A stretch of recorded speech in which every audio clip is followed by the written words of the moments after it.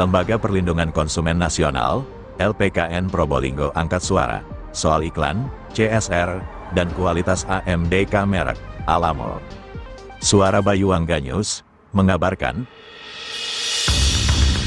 Lembaga Perlindungan Konsumen Nasional, LPKN Probolinggo, menanggapi isu yang tengah ramai diperbincangkan publik terkait iklan produk air minum dalam kemasan, AMDK, merek Alamo, milik PT Bromo Tirta Lestari, yang beroperasi di Banjarsari, Kabupaten Probolinggo. Pegiat perlindungan konsumen, Luis Haryona, menilai iklan yang beredar di masyarakat seharusnya memuat pesan yang jelas, relevan dengan target sasaran, mengajak masyarakat untuk bertindak, serta mengutamakan kejujuran dan keterbukaan informasi. Jumat, tanggal 15 Agustus tahun 2025. Komisi 3 DPRD Kabupaten Probolinggo sebelumnya telah mengadakan pertemuan untuk membahas sejumlah hal terkait operasional dan produk AMDK Alamo.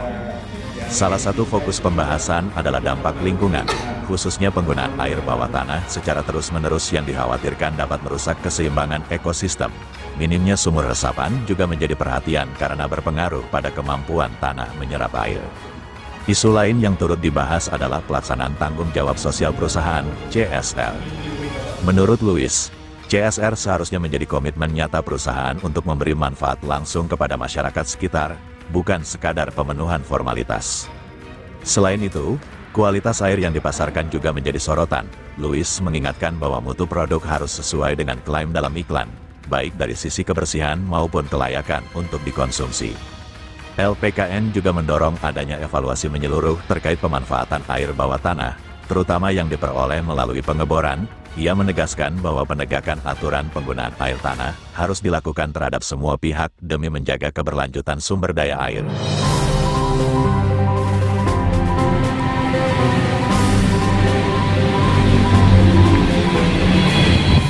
Nah, oke, baik. Jadi saya selaku penggiat konsumen tentunya yang pertama saya sampaikan juga terima kasih kepada DPRD Kabupaten Probolinggo yang juga merespon apa yang pernah kami sikapi terkait tentang iklan dari sebuah produk air minum yang ada di Probolinggo.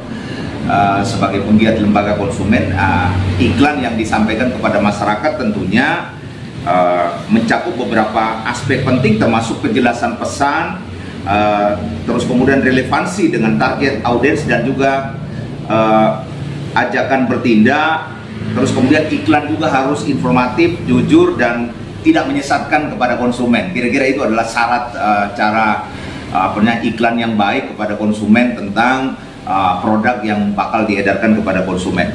Nah, baik, kemudian beberapa hal yang saya menyaksikan apa yang dilakukan oleh Komisi 3 DPRD Kabupaten Probolinggo, ada 3 temuan yang didapati oleh Komisi 3 DPRD Kabupaten Probolinggo, yaitu satu tentang UKL-UPL. Nah, UKL-UPL ini tentang lingkungan, di mana di sana kita lihat ditemukan bahwa ada kurangnya sumur resapan. Nah, ini penting karena penggunaan air bawah tanah yang dengan durasi waktu yang sangat panjang itu tentunya akan berdampak buruk terhadap lingkungan sekitar. Makanya ditemukan kurangnya sumur resapan ini juga merupakan salah satu upaya yang baik yang dilakukan oleh Komisi 3 untuk menjaga keseimbangan lingkungan sekitar.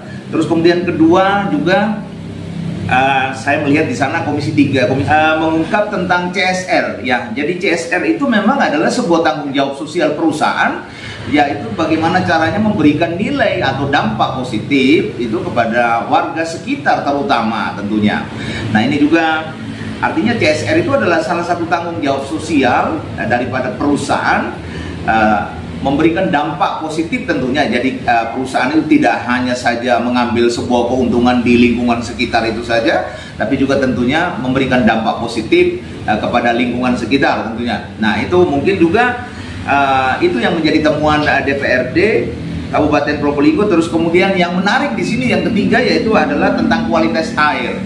Nah, kualitas air juga ternyata ini juga menjadi kritik dari DPRD Kabupaten Probolinggo. Artinya apa yang kita konsumen atau produk yang diedarkan kepada masyarakat apabila disampaikan diiklankan, tentunya isi daripada iklan itu memang benar-benar sesuai dengan kualitas produk yang akan diedarkan, sehingga di sana tentang mutu dan kualitas daripada produk yang bakal digunakan atau dinikmati oleh konsumen itu adalah sesuai yang disampaikan oleh iklan daripada produk itu sendiri.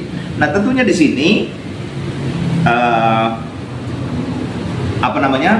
terkait tentang penggunaan air bawah tanah tadi ya, bahwa izin pemanfaatan air bawah tanah khususnya itu tentunya memiliki surat izin penggunaan air tanah yang atau singkat dengan SIPA, itu diperlukan untuk kegiatan usaha yang memanfaatkan air tanah, terutama melalui dengan pengeboran. Dan ini bukan saja cuma memiliki izin, tapi di situ ada sebuah regulasi di mana perlu ada evaluasi ya dari penggunaan dalam jangka waktu yang berkepanjangan. Tentunya kami sebagai penggiat konsumen, kami mengapresiasi apa yang dilakukan oleh Komisi 3 dalam hal melindungi hak-hak konsumen dan juga tentang dampak lingkungan terkait tentang penggunaan air bawah tanah yang berkepanjangan. Saya Luis Ariona selaku penggiat konsumen nasional Indonesia.